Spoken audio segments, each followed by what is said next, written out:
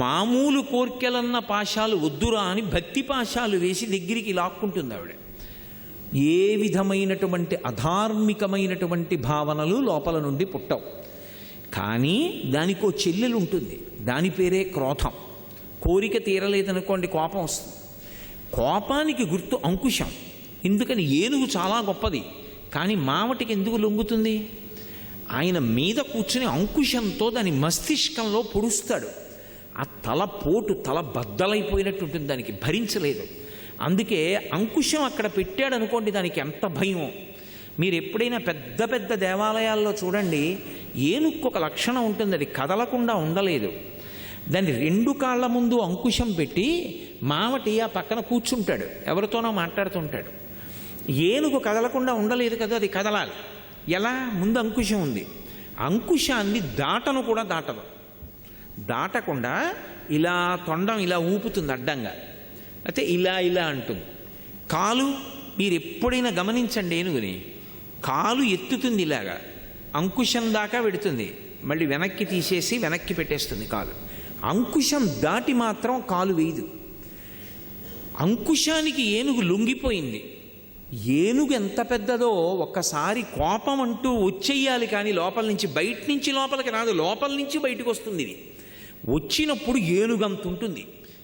అసలు దానికి వశపడిపోయిన వాడిని, కోపంతో ఉన్నవాడిని ఫోటో తీసి వాడికి చూపించండి, వాడే తెల్లబోతాడు. ఇలా ఉంటానా ఇంత వికారంగానే?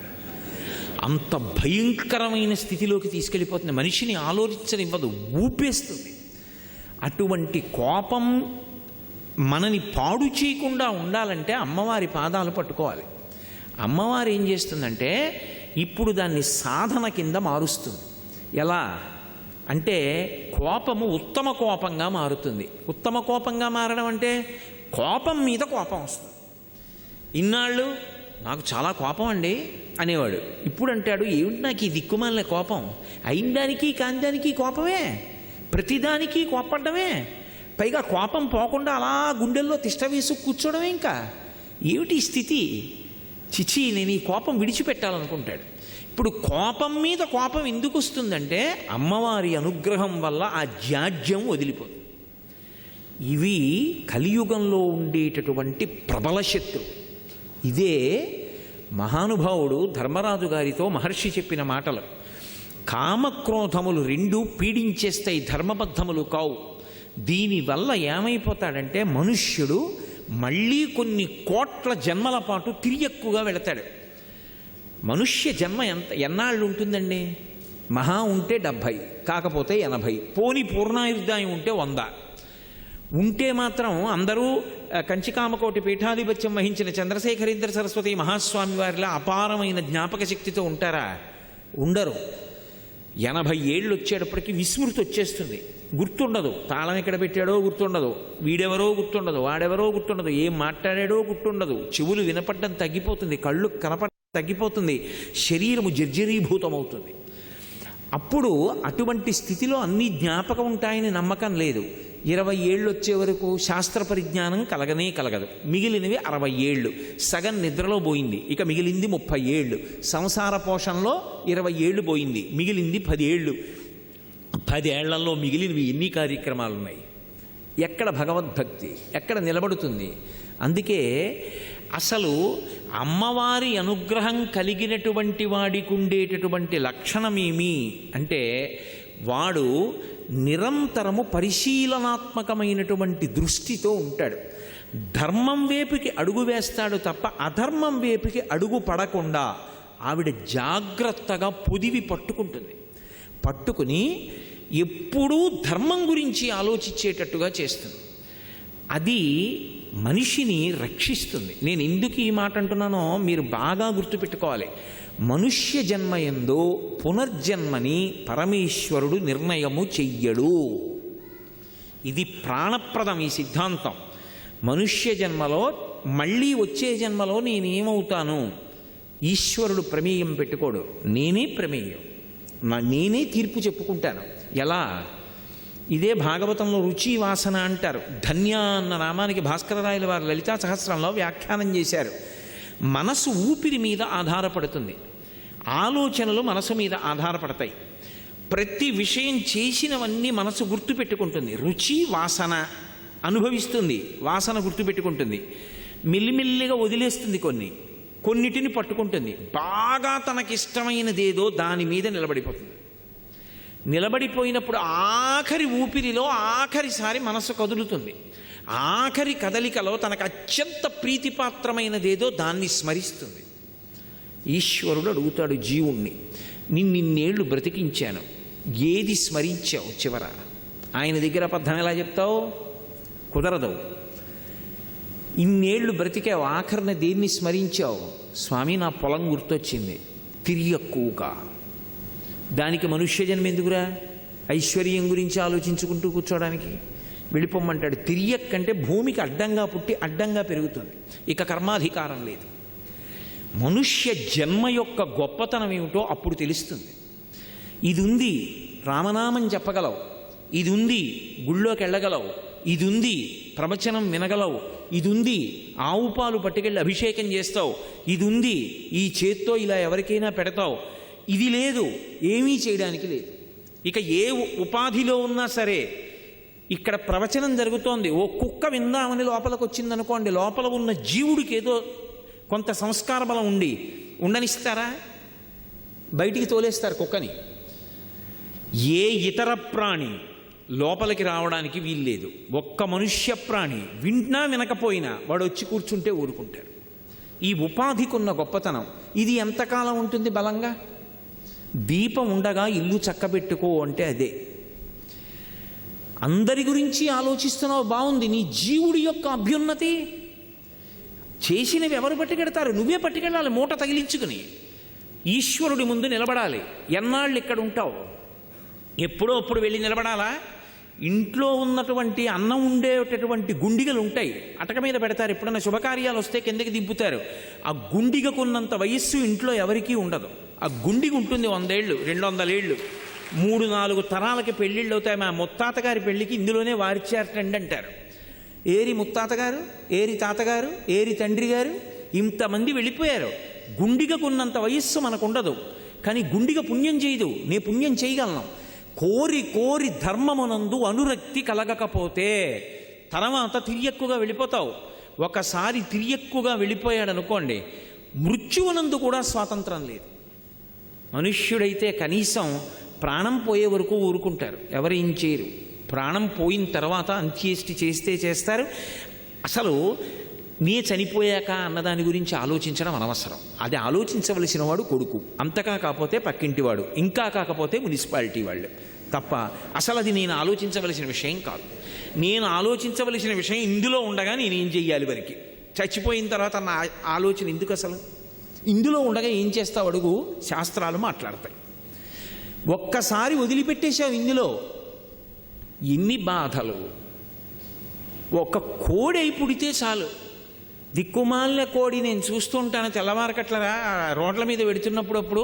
కుక్క శత్రువు, పిల్లి శత్రువు, గద్ద శత్రువు, కార్లు, స్కూటర్లు, మోటార్ సైకిళ్ళు, వానొస్తే కోసేసి, ఎండొస్తే కోసేసి, పెరిగితే కోసేసి, పిల్లగా కోసేసి, మోటార్ సైకిల్కి తల కిందకి పెట్టి పైకి కాళ్ళు గుత్తిగా కట్టి తీసుకెళ్ళిపోతుంటే ఎంత బాధ నిజంగా. ఎందుకు వచ్చిన బాధ? ఇక్కడ ఉండగా ఉపాధిని వాడుకుని ధర్మబద్ధమైన కోరిక తీర్చుకో. ఈశ్వరుడు సుఖం అనుభవించవద్దు అనలేదుగా. ధార్మికమైనటువంటి రీతిలో తీర్చుకో, అభ్యున్నతిని పొందుతావు. మళ్ళీ జన్మ ఉందిగా, భార్యాబిడ్డలు ఉంటారుగా, సుఖపడాలిగా, నీ జీవుణ్ణి నువ్వు రక్షించుకోవాలిగా. ఉద్ధరేణ ఆత్మనాత్మానం. ఈ భావన పక్కన ప్రోది అయితే మనిషి జాగ్రత్త పడతాడు. అమ్మో, పక్కింట్లో దొంగలు పడ్డారండి అన్నాడు అనుకోండి, వీళ్ళింటికి కిటికీలు తలుపులు అన్నీ వేసుకుంటాడు. మరి తాతయ్య గారు వెళ్ళిపోయారుగా, నాన్నగారు వెళ్ళిపోయారుగా, నేను వెళ్ళిపోవాలిగా, మూట సర్దాలిగా. కాకినాడ నుంచి ఇక్కడికి వస్తున్నానంటే పెట్టి సర్దుకున్నానుగా, దీన్ని ఎప్పుడప్పుడు విడిచిపెట్టాలిగా, మూట సర్దుకోవాలిగా పెట్టి, అందులో ఏదో పుణ్యం ఉండాలిగా. ప్రయత్నపూర్వకంగా చేయకపోతే ఎవడిస్తాడు? నువ్వు వెళ్ళిపోయాక కొడుకు గోదానం చేయాలని ఎందుకు అనుకుంటావు? ఉండగా ఎందుకు చేసుకోవు గోదానం? ఉండగా ఎందుకు గోశాలకు వెళ్ళవు? ఉండగా ఎందుకు పట్టెడు గ్రాసం గోవుకి పెట్టవు? ఈ భావన కలగడం ధర్మమునందు ఉంచుకోవడం, ఇది కల్పిస్తుంది అమ్మవారు.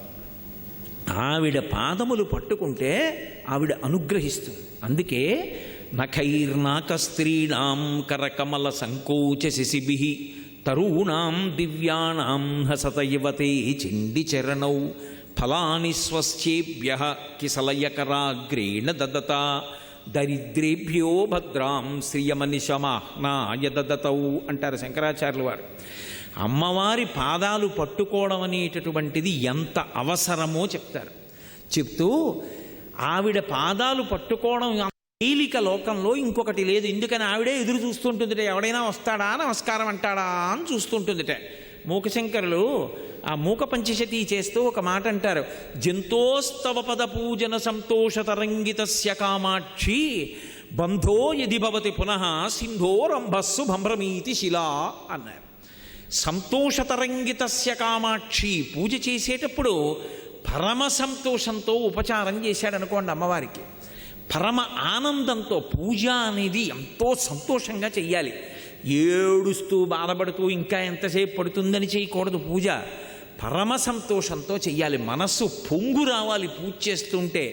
అలా చేసినవాడమ్మా మళ్ళీ పుట్టడం ఉండదు. ఒకవేళ అలా వాడు పుడితే సముద్రం మీద బండరాయి తేలినట్టు అన్నారు. ఆవిడ పాదములు పట్టుకున్నవాణ్ణి ఆవిడ అనుగ్రహిస్తుంది.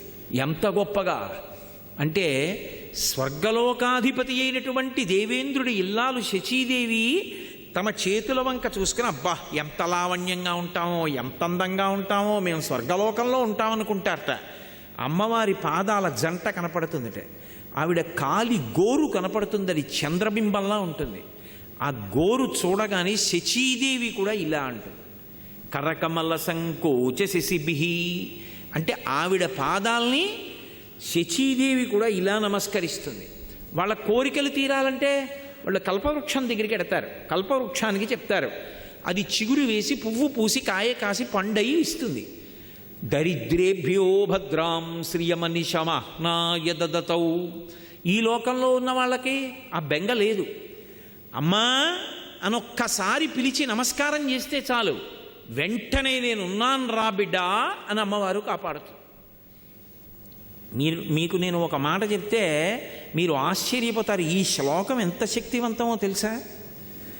మీరు తప్పించుకోలేనంత పెద్ద ఉపద్రవం వెంట తరిమేస్తుంటే వెనకాతల ఏం చెయ్యాలో తెలియనప్పుడు ఈ శ్లోకం జరిగితే చాలా రక్షిస్తుంది అమ్మవారు. అంత శక్తివంతం. చండీపరదేవత అనుగ్రహం అంటే అలా ఉంటుంది. అందుకే చండీ చరణవు అని చండీపరదేవతని స్తోత్రం చేశారు శంకరాచార్యులు వారి ఈ శ్లోకంలో. అటువంటి అమ్మవారి పాదాలు పట్టుకుంటే సంస్కారవంతం చేస్తుంది మనస్సు. ఇక్కడ మీరు నన్ను ఒక ప్రశ్న అడగచ్చు, ఏమండి ఒకవేళ అసలు కోర్కెల మీద వ్యామోహం పోక, అసలు వ్యామోహం అనేటటువంటిది పోతే కదండి ధర్మబద్ధం చేసుకుందామన్న కోరిక. ఆయన అలా చెప్తాడు కానండి, ఏడాదికి ఒకసారి వచ్చి ఇవన్నీ అనుభవించడంలో ఎంత సంతోషంగా ఉంటుంది. ఏమిటి ధర్మచట్రం అని పట్టు కూర్చుంటే ఎక్కడ తీరుతాయండి?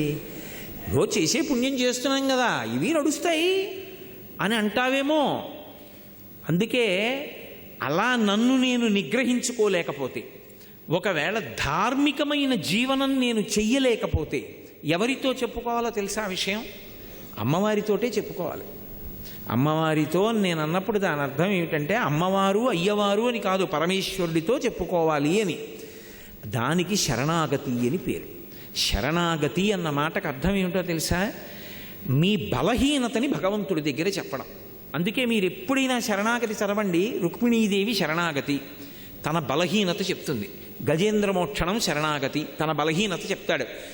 ఈశ్వర, మీరు నాకు మనస్సు ఇచ్చారు, ఇంద్రియాలు ఇచ్చారు, బలం ఇచ్చారు, బుద్ధినిచ్చారు, శాస్త్రం ఇచ్చారు, గురువునిచ్చారు, ధర్మచక్రం దాటి పనులు చెయ్యొద్దన్నారు. కానీ నా మనసు వెంపర్లాడిపోతోంది అక్కర్లేని కోరికలు తీర్చుకోమని. ఈశ్వర, నన్ను నేను నిగ్రహించుకోలేకపోతున్నాను, నా మనసును నేను వశం చేసుకోలేకపోతున్నాను, నేను దానికి లొంగిపోతున్నాను, తప్పులు చేస్తున్నాను, మీరే నన్ను ధర్మంలో నిలబడేటట్టు చెయ్యండి, ఇక నన్ను నేను నిగ్రహించుకోలేకపోతున్నాను అని ఉన్న మాట ఉన్నట్టు ఈశ్వరుడి దగ్గర చెప్పాలి. అంతేకాని ఆయన దగ్గరికి వెళ్ళి మహానటుడిలా పరమ ఉత్తముళ్ళ నిలబడకూడదు. తప్పు చేస్తే ఈశ్వరా నిన్న తప్పు జరిగింది, ఈ తప్పు చేశాను, వేరొకసారి నా జీవితంలో ఇటువంటి తప్పు జరగకుండా, నేను ఉద్రేకం పొందకుండా నన్ను కాపాడండి అని నువ్వు చెప్పుకోవాలి. దానికి శరణాగతి అని పేరు. ధూర్జటి కాళహస్తీశ్వర శతకంలో శరణాగతి చేశాడు. రోషీరోయదు కామినీ జనుల తారుణ్యోరు సౌఖ్యంబులన్ బాసీబాయదు పుత్రమిత్రధన సంపద్భ్రాంతి వంచాలతల్ కోశీకోయదు నామనంబకట నీకున్ ప్రీతిగా సత్క్రియల్ చేసీ చేయదు దీని తుళ్ళనచవే శ్రీకాళహస్తీశ్వర అని అడిగాడు. ఏమి సుఖం లేదు అనిపిస్తుంది, మళ్ళీ అదే సుఖం అడుగుతుంది. ఏం పిల్లలు లేదు అనిపిస్తుంది, మళ్ళీ పిల్లల వెంటబడుతుంది. ఏం డబ్బు లేదు అంటుంది, మళ్ళీ డబ్బు కోసం వెంపర్లాడుతుంది. ఇలా వదిలిపెట్టినట్టుంటుంది, మళ్ళీ ఇలా పట్టుకుంటూ ఉంటుంది. దీన్ని నేను ఆపలేకపోతున్నాను శంకర, మీరు దీన్ని నిగ్రహించండి అన్నాడు. అంటే శరణాగతి అన్న మాటకు అర్థం ఏంటంటే మీ బలహీనత మీరు పరమేశ్వరుడికి చెప్పడం. దానికి శరణాగతి అంటారు. అప్పుడు అది రెండో మార్గం. మనమే ధార్మికంగా బతకకపోతే అది భగవంతుడికి చెప్పాలి, అమ్మవారితో చెప్పాలి. వెళ్ళి అమ్మా ఇలా అవుతోంది, నన్ను నేను నిగ్రహించుకోలేకపోతున్నాను, తప్పు చేస్తున్నాను, అమ్మా నువ్వు నాకు ధర్మమునందు అనురక్తి అని ఆవిడ దగ్గర ఒప్పుకొని బలహీనత చెప్తే ఆవిడ అనుగ్రహిస్తుంది. మీరు మళ్ళీ నన్ను ప్రశ్నిస్తారు నాకు తెలుసు. అసలు కామం ఆవిడ ఇవ్వకపోతే దరిద్రం వదిలిపోయిందిగా. అసలు కామం పెట్టడం ఎందుకు? ఆవిడే పెట్టబట్టి కదూ ఈ అల్లరంతా వచ్చింది. పెట్టకుండా ఉంటే గొడవ వదిలిపోనుగా. ఆవిడెందుకు పెట్టిందంటే ఒక ఉత్తమమైనటువంటి ప్రయోజనం కోసం ఆవిడ కామాన్ని ఇచ్చింది. కామము మనసులో పుట్టి అది ధర్మబద్ధమై ప్రహృష్టమైనటువంటి మనసుతో భార్యాభర్తల సంగమం వల్ల తేజోవంతమైన కొడుకు పుడతాడు. వాళ్ళిద్దరి యందు అనురక్తి లేదనుకోండి, అనురక్తి లేకపోతే తేజో విహీనమైన సంతానం కలుగుతుంది, అనురక్తి చేత తేజోవంతమైన సంతానం కలుగుతుంది. బాలకాండ స్కందోత్పత్తిలో అదే చెప్తారు. కాబట్టి ఇప్పుడు అటువంటి కొడుకు పుడితే పితృరుణం నుంచి విముక్తుడవుతాడు. పితృరుణం నుంచి విముక్తుడు అవ్వాలంటే కామం ఉండాలి, కానీ కామము ధర్మబద్ధము కావాలి. నీ భార్య ఎందుంది, అదేం బంధించదు, అదేం పట్టుకోదు. అదే సీతమ్మ అంటుంది, నివర్తయ మనోమత్త స్వజనే క్రియతాం మనః.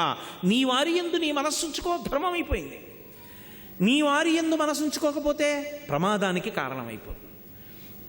కాబట్టి ఇప్పుడు ఆవిడెందుకు ఇచ్చింది? పితృరుణం నుంచి విముక్తుడివికా అని ఇచ్చింది. కానీ అది మన బలహీనతగా మారిపోతే అదే అమ్మవారితో చెప్పాలి. అందుకే శరణాగతి ఎంత గొప్పదో తెలుసా అండి.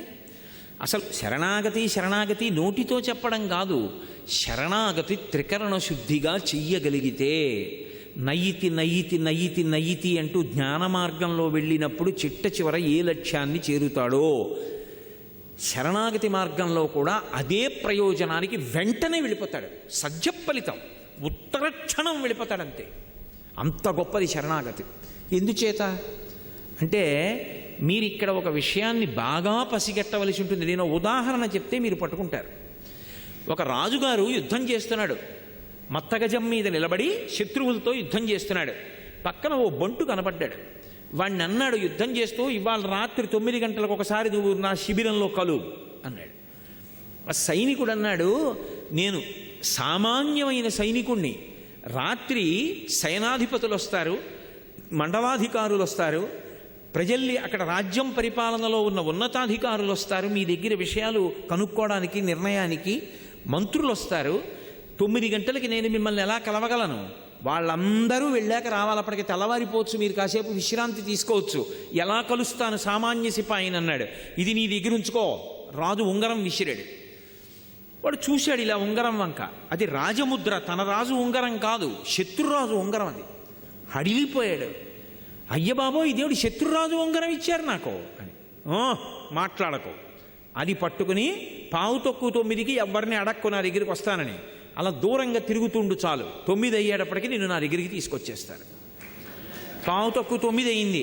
శత్రురాజు ఉంగరం చేత్తో పట్టుకుని ఎవరిని అడగకుండా అలా దూరంగా చీకట్లో తిరుగుతున్నాడు. రాజుగారు అక్కడ పడుకున్నది. పహరా కాస్తున్న సైనికులు వచ్చి పట్టుకున్నారు. ఎందుకు తిరుగుతున్నారు అని ఇక్కడ అన్నాడు.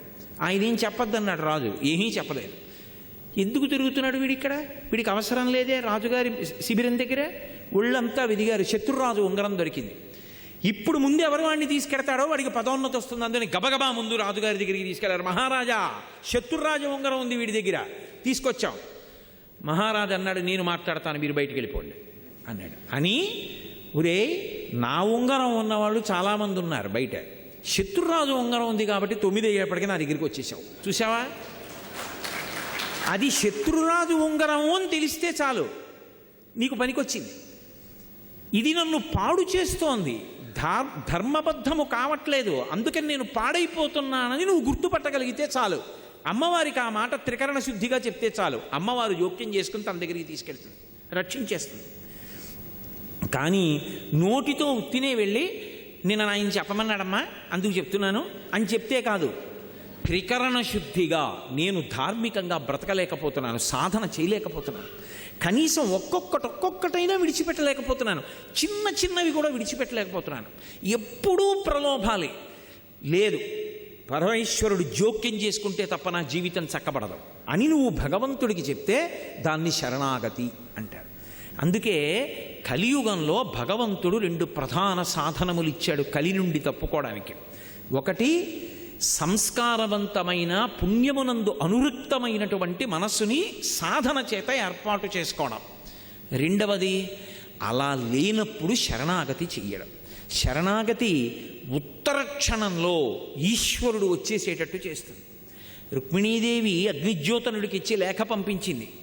లేఖ పంపించి ఘనులాత్మీయతమో నివృత్తి కొరకై గౌరీశు మర్యాద యవ్వని పాదంబుజతో యమందుములుగన్ వంచింతురో అట్టి నీ అనుకంపన్ విలసింపని ని వ్రతచర్యన్ 100 జన్మంబులన్ నిన్నే చింతించుచు ప్రాణములు విడచదన్ నిక్కంబు ప్రాణేశ్వర శ్రీయుతమూర్తి ఓ పురుష సింహమా సింహము పాలి సొమ్ము గోమాయువు కోరు చందమున ఈ దురాత్ముడు చైత్యుడు నీ పదాంబుజ ధ్యాయనైన నన్ను వడిదా కొనిపోయదనంచునున్నవాడు ఎరుగడు అద్భుతమైన భవత్ప్రతాపమున్ అని ఆ తల్లి నువ్వు వెంటనే వచ్చి నన్ను రక్షించాలంది.